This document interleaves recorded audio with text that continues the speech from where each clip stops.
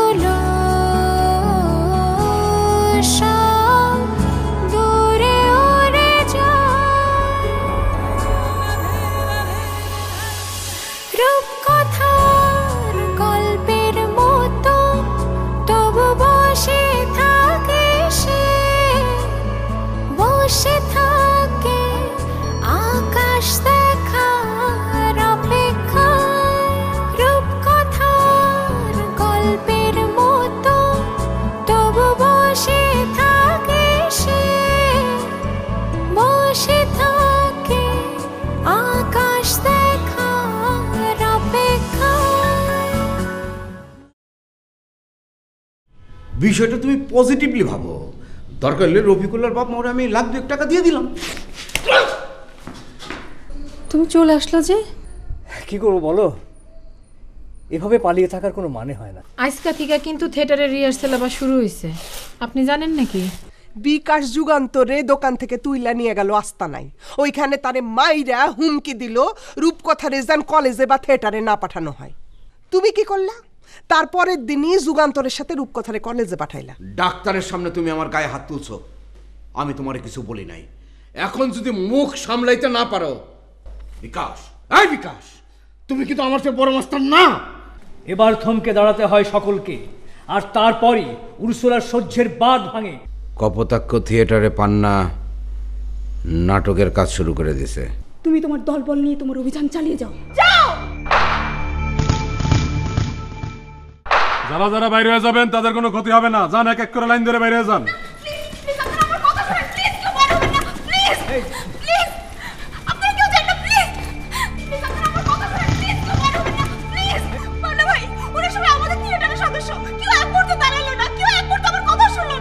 সময়ের চেয়ে জীবনের মূল্য অনেক বেশি। Time and tide wait for none, অর্থাৎ সময় এবং স্রোত কারোর জন্য অপেক্ষা করে না। এবার তুমি যাও বোন। আমি যাব না। যাবা না? তার মানে কি তোমার সময়ের মূল্য নাই? আমি বলছি আমি যাব না। পান্না ভাই, আপনি কি পোলা পান কিছু বোঝেন না? এই মাইটার এখান থেকে যাইতে পারো না কেন? এই সরকার আর মমতাজ মাইটার কি ক্ষতি করতে পারে আপনি বোঝেন না? এটা আপনি নাবালক, পোলা পান। কোথায় গিয়েছো? কোথায়? এখান থেকে চলে যাও। আপনি চলেন আমার সাথে। আমার এখান থেকে যাওয়া হবে না, তুমি চলে যাও। আপনি আসুন আমার সাথে। এই কথা, আমি বলতেছি এখান থেকে চলে যাও। আমি বলতেছি আমি যাব না, তবু আপনি আমার যাইতে বলতেছেন। আমার মতামতে কোনো গুরুত্ব আপনার কাছে নাই?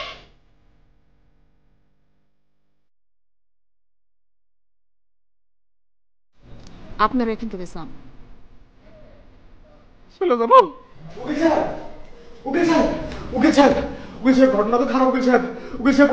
দম নাও বাবা, দম নিয়ে আস্তে ধীরে বলো, ঘটনা কি হয়েছে? দম নেওয়ার সময় না উকিল সাহেব, বিকাশ থিয়েটারে ঢুকছে ফাঁকা গুলি করতে করতে। সবাই আমরা ভয় পালায় আসছি। ওইখানে শুধুমাত্র আছে রূপকথা আর পান্না ভাই। এতক্ষণে বোধহয় রূপকথারও বাইক করে দিছে। আপনি কিছু একটা করেন উকিল সাহেব। বিকাশ থিয়েটারে ফাঁকা গুলি করতে করতে ঢুকছে? এতক্ষণে বোধহয় পান্না ভাই। আরে মিয়া চুপ করো তো, যাও বসো। আপনি কিছু একটা করেন উকিল সাহেব। আরে বসো না এখানে।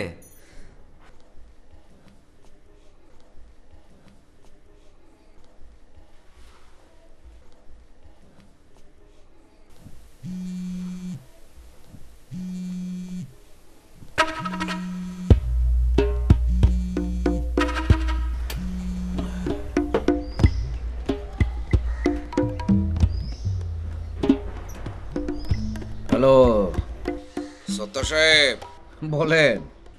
দেখেন খলিল ভাই, পান্না একজন নিরীহ মানুষ। সে কারোর সাথেও নাই, পাচেও নাই।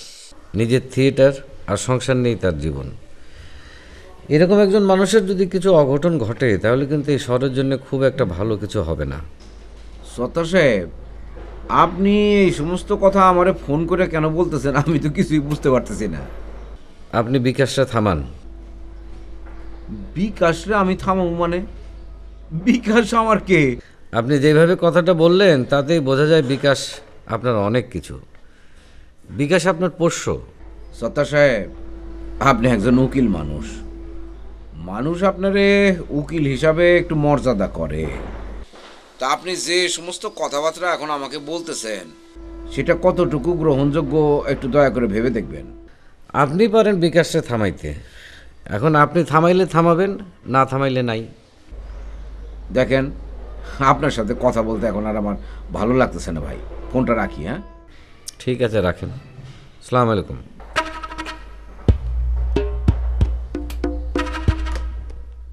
শোনো বাবা, তুমি এখন যাও, তোমার দায়িত্ব তুমি পালন করছো, তুমি আমার খবর দিছো। কিন্তু এখন তাহলে কি হবে? ভাবনার কিছু নাই, তেমন খারাপ কিছু হবে বলে মনে হয় না। সবার হাতে পিস্তল উকিল সাহেব, আর আপনি বলতেছেন খারাপ কিছু হবে না? দেখো, আমার যতদূর ধারণা বিকাশ মোটামুটি একটা বুদ্ধি নিয়ে চলে, আর মোটামুটি মানের বুদ্ধি নিয়ে যে চলে সে জনসমক্ষে খুন খারাপের ঘটনা ঘটাবে না। বিকাশটা আপনি চেনেন না উকিল সাহেব, ও পারে না এমন কোনো কাজ নাই। তুমি মিয়া পোলাপান মানুষ, তোমার সাথে এখন আর কথা বলা আমার সম্ভব না। আমি এখন বাইরে হব। তাইলে তুমি এখন যাও, তোমারে বললাম না আমি বাইরে যাব।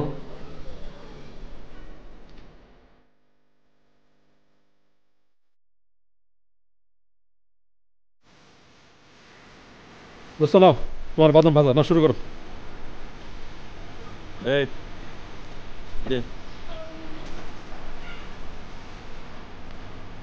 এই মায়াটার ভাইরে ডেকে বলছিলাম না, মায়েরা যেন ঘর থেকে বাইরে না হয়। কাজের কাজ কিছুই হইতেছে না ভাই। তাহলে এখন কি আমি যুগান্তর আবার দোকান থেকে তুলে আনুম? না থাক, দেখি আরো।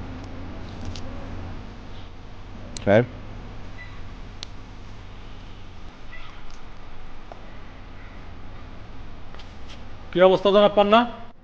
মিস রূপকথা কি বের হবেন না কোনো ঝামেলা হবে? আপনারা দরজার সামনে থেকে সরে যান, আমি আর পান্না ভাই দুজনেই যাব। তোকে যে একাই যেতে হবে রে রূপকথা। ও এখান থেকে যাবে না, তোমাদের যা করার করো। যাবে না? না, যাবে না। ওরে আল্লাহ রে আল্লাহ, ও মা গো মা, এ বলে কি? ওরা বলে যাবে না? এ বিকাশ, বিকাশ কি হয়েছে বাবা?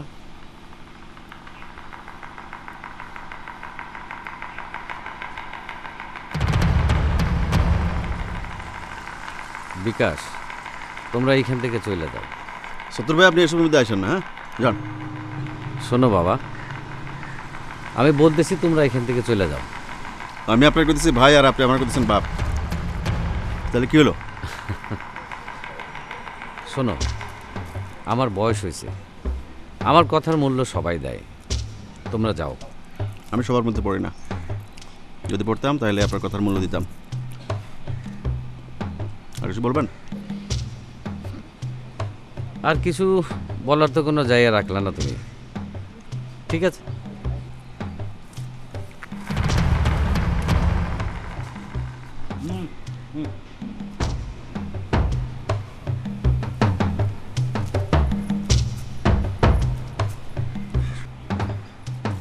সত্তর ভাই, 1 মিনিট।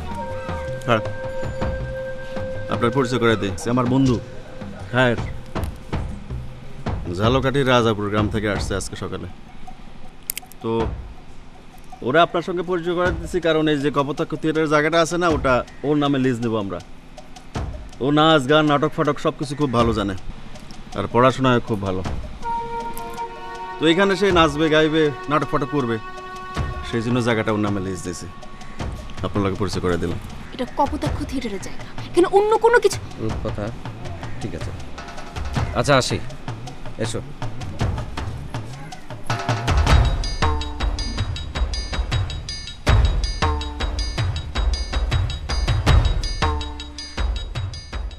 ঠিক আছে, আমি রাজি। এখন আমারে কত দিবি সেটা আগে কও। আমার এরকম একটা হেল্পের জন্য তুমি আমার কাছ থেকে টাকা নিতে পারবা দোস্ত? তোমার অন্তরে সইবে? অন্তরে শোয়া লাগবে দোস্ত, নাহলে তো কাজটা ঠিকঠাক মতো করতে পারবো না, বুঝো না? ঠিক আছে, তোরে 10 টাকা দিবানে। না বন্ধু, সব 10 টাকা 5 টাকায় আজকাল চিরা ভিজে না। ঠিক আছে, যেহেতু এখানে অ্যাজ এ ফ্রেন্ড তোমার জন্য একটা কনসিডার আমি কইরা দিই, সেটা হইতেছে কি, তুমি আমারে 100 টাকা দিই, এবং সেটা এখনই নগদ। এইটা কি বলিস, পাগল নাকি? 100 টাকা? আচ্ছা ঠিক আছে, যাই হোক, তুমি যেহেতু বন্ধু মানুষ, তোমার জন্য আরো 50% কনসিডার করে দিলাম। ঠিক আছে, তুমি 50 টাকা দিবা এবং সেটা নগদ এখনই। এর কোন যাইতে দাঁড়া দাঁড়া দাঁড়া। আচ্ছা ঠিক আছে, দাঁড়া দাঁড়া। এই নে, তুই নগদের উপরে এই যে 20 টাকা নে। আবার 20 টাকা? রাখ রাখ রাখ। বাকি কি করবে বেটা, 20 টাকা 20 টাকা হলো নাকি? এটা কি হ্যাঁ? মানে 30 টাকা এখন কথা হইলো যে কি যে তুমি ওই কাজ উদ্ধার হওয়ার পর বাকি 30 টাকা আমারে দিবা। আচ্ছা ওই 5 টাকা 500 টাকা থাকে, হ্যাঁ পকেটে টাকা নাই থাক। তাই দেখ তুই যে তোর বন্ধু মানুষ, তোর একটা উপকার কইরা দি, তবে 30 টাকা কিন্তু দিবি। হ্যাঁ তাহলে আমি যাইতেছি, তুই তাহলে আই। ঠিক আছে যাও দোস্ত, আমি আইতাছি।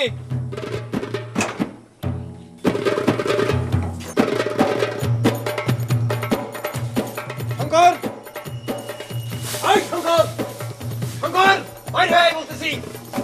ওই শঙ্কর বাইরে আয়। কি হয়েছে কি? এভাবে পাগলের মতো চিৎকার করতেছেন কেন? শঙ্কর কই বৌদি?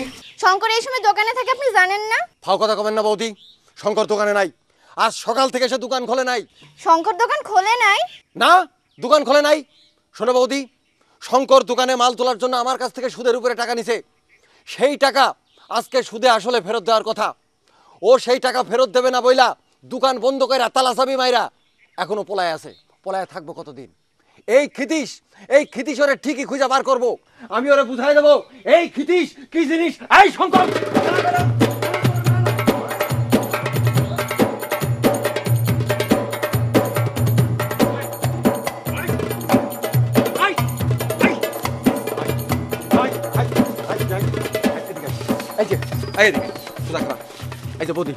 তোমার পরমপতিটা তোমার হাতে তুলে দিয়ে গেলাম। তোমারে সোজাসুজি একটা কথা আমি কইতে চাই বৌদি। আজকার দিনের মধ্যে যদি আমি আমার পুরা টাকা সুদে আসলে ফেরত না পাই, তাইলে কিন্তু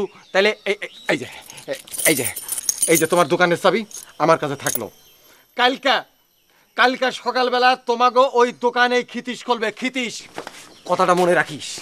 তোমার আমি আগেই কইছিলাম বউ, তুমি ঘরের বউ হইয়াও আমার কথা শুনো নাই। তোমার জন্য আজকে খিতিশ আমার অপমান করলো, আমার দোকানে চাবি নিয়ে গেল। তোমার অ্যাক্টিংটা বুঝতে আমার একটু সময় লাগছে। খিতিশদা চাবিটা নিয়ে যাওয়ার সময় তুমি যদি একটু ভালো মতন তারে বাধা দিতা, তাহলে কিন্তু আমি তোমার অ্যাক্টিংটা ধরতে পারতাম না। একটা কক্ষে হবে ধরেন স্যার বাঁশি, ঢোল, তবলা, করতাল, তঞ্জরি স্যার, একতারা, দোতারা, মানে অল কাইন্ডস অফ দেশীয় বাদ্যযন্ত্র শেখানোর ব্যবস্থা স্যার। আরেকটা কক্ষে হবে ধরেন স্যার নাচ, লাইক কথক, মণিপুরি, কুচিপুরি, সাধারণ নৃত্য, লোকনৃত্য ইত্যাদি ইত্যাদি শেখানোর ব্যবস্থা। আর একটা কক্ষে হবে ধরেন স্যার গান, লাইক ধরুন স্যার রবীন্দ্রসঙ্গীত, নজরুল গীতি, পল্লী গীতি, লালন গীতি, আধুনিক গান এক্সেট্রা এক্সেট্রা। নাচে, গানে আর বাদ্যসঙ্গীতে স্যার ভরে উঠবে পুরা কপোতাক্ষ থিয়েটার স্যার। এখন তো আর কপোতাক্ষ থিয়েটার নাই। ও হ্যাঁ হ্যাঁ হ্যাঁ, এখন তো এটার কপোতাক্ষ থিয়েটার না। তাইলে স্যার এটা এখন কি স্যার? মানে স্যার একটা নতুন নাম তো দিতে হইব স্যার। নতুন একটা নাম ঠিক করো, আগের জায়গায় নতুন সাইনবোর্ডটা লাগাইয়া দাও। তাইলে কি স্যার এইটার নাম দিতে পারি স্যার এই কপোতাক্ষ ললিত কলা কেন্দ্র? আবার কপোতাক্ষ? কিসের কপোতাক্ষ? কপোতাক্ষ নাই। জি স্যার। তাহলে কি হবে স্যার? নাম যাই হোক না কেন, একরামুন্নেসা শব্দটা থাকতে হবে। একরামুন্নেসা স্যার? হ্যাঁ, আমার মায়ের নাম। আমার মায়ের জন্য আমার বহুত কিছু করার স্বাদ আছে। তাহলে এটা দিয়ে শুরু করি। তাইলে স্যার এক কাজ করি স্যার, এটার নাম হইতে পারে স্যার একরামুন্নেসা ললিত কলা কেন্দ্র। ললিত কলা না সাগর কলা সেটা তো আমি বুঝবো না, এটা তুমি বুঝা ঠিক করো কি হবে না হবে। ঠিক আছে, যাই হোক একটা কিছু ব্যবস্থা করো। তুমি এখন যাও। জি স্যার, তাইলে আমি কাজ শুরু করি স্যার। হ্যাঁ দোস্ত, তাইলে আমি যাই। হ্যাঁ যা।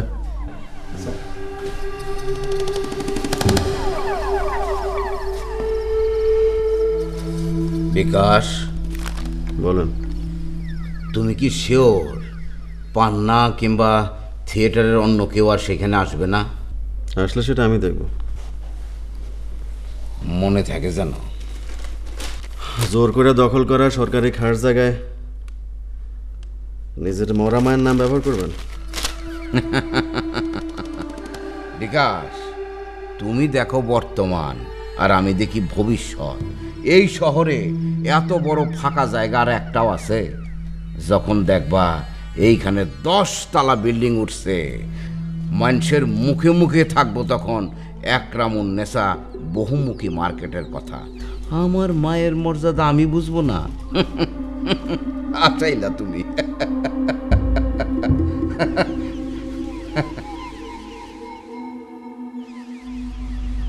ভাবি,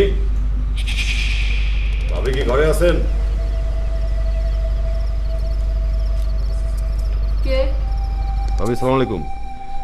আমার নাম সরকার আর ওর নাম মন্তাজ।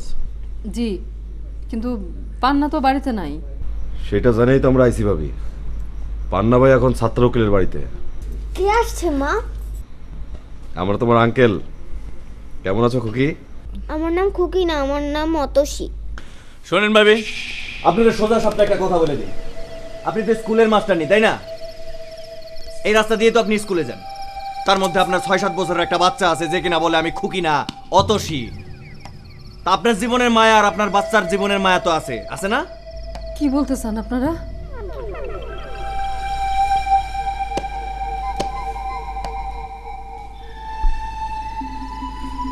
ভাবি, ভাইজানরে বলবেন সে যেন থিয়েটারে না যায়। বউ বাচ্চাছে, থিয়েটার তো বড় হইতে পারে না, তাই না? আপনারা এই কথাটা তারে বলেন। আমরা আপনারে বলে গেলাম, তারে বলার ইচ্ছা আমাদের নেই। আর সে অলরেডি অনেক বাড়াবাড়ি করে ফেলছে, আমরা আবার বেশি বাড়াবাড়ি সহ্য করতে পারি না। আসসালামু আলাইকুম। এই সালামটা আপনি ভাইজানরে দিয়ে দেবেন। হাসি খুকি অতসী।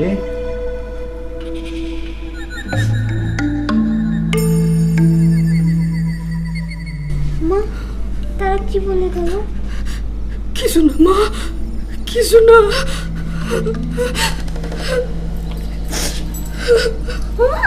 তুমি কাঁদো কেন? কি হয়েছে মা?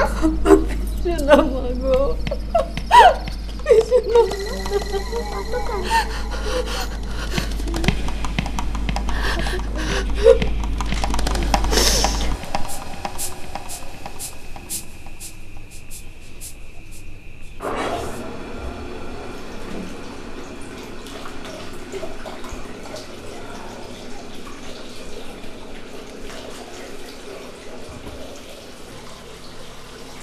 কপোতাক্ষ থিয়েটার কি শেষ পর্যন্ত আর থাকবে না সাত্তার ভাই?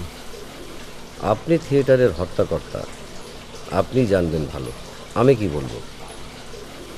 এখানে আপনি হলে কি করতেন? আমি কোনোদিন আপোষ করিনি, করতামও না। কিন্তু বিকাশ যেভাবে...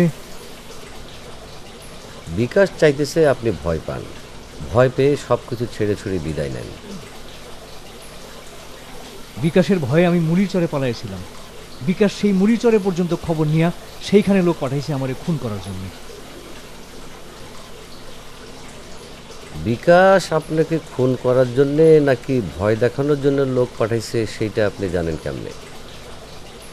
আপনি যান, দেখি আমি কালকে বিষয়টা কোর্টে তুলতে পারি কিনা। আমার মনের মধ্যে ভয় ঢুকে গেছে সাত্তার ভাই। এখন ঠিক আমার কি করা উচিত আমি বুঝতেছি না। ভয় ঢুকে গেলে আর কি করা? ঠিক আছে, তাহলে আমি কোর্টে বিষয়টা তোলার চিন্তাটা মাথা থেকে বাদ দিলাম। আমার কিছুই ভালো লাগতেছে না। আমি যাই, কালকে কথা বলবো। পান্না সাহেব,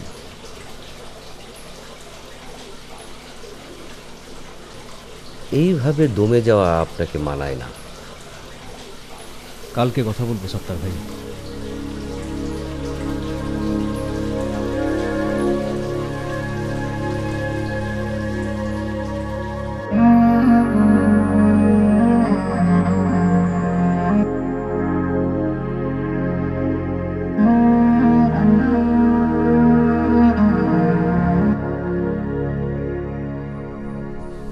বিকাশের লোক এসে শাসায় গেছে।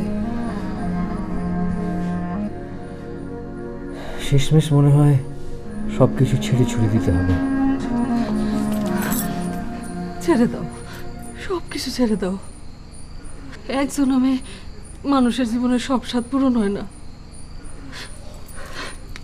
যদি কোনোদিন পরিস্থিতি আবার ঠিক হয়, যদি মনের মতন কোনো জায়গা পাওয়া যায় আবার, তাহলে আবার না হয় নতুন করে সব কিছু শুরু করবা। তোমরা আমিও তোমার পাশে থাকবো, অতসীও থাকবে। অতসী কই? আমার অতসী কই? জানো আজকে আমি অত সেরে জড়াতে না কায়দা ফেলছি। আমার কাছে কেন জানি মনে হয়েছে সারা পৃথিবী জলে ভাসা যাক, শেষ হয়ে যাক, কিন্তু আমার মেয়ে আমার অত সেরে কিছু না হয়। আমরা অত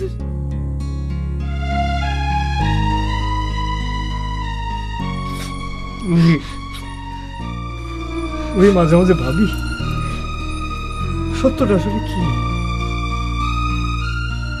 যার জয় হয় সেইটাই তো সত্য, তাই না? তাহলে সত্যটা কি বিকাশ? আমি কি তাই? আমার থিয়েটারের ছেলে মেয়ে এরা কি তাহলে? এরা কি সব মিথ্যা?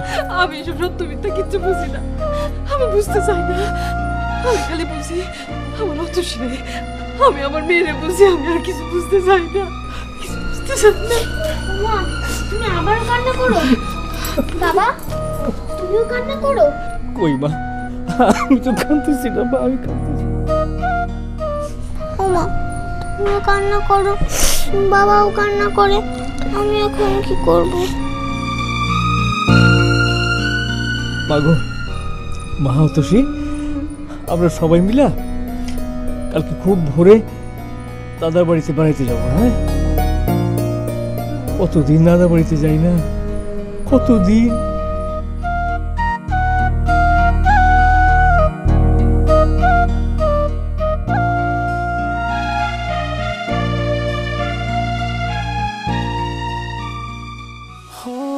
নতুন সূর্যের ঘাম যদি যায় থেমে যায়, বিষণ্ণ সূর্য আধারে হারায়, শকুনের উল্লাসে আকাশ ঢেকে যায় লজ্জা, স্বপ্নের পাখিরা ডানা ঝাপটায় নীল যন্ত্রণা, ঝড় নামে কালো অমাবস্যার স্বপ্নগুলো সব দূরে উড়ে যায়,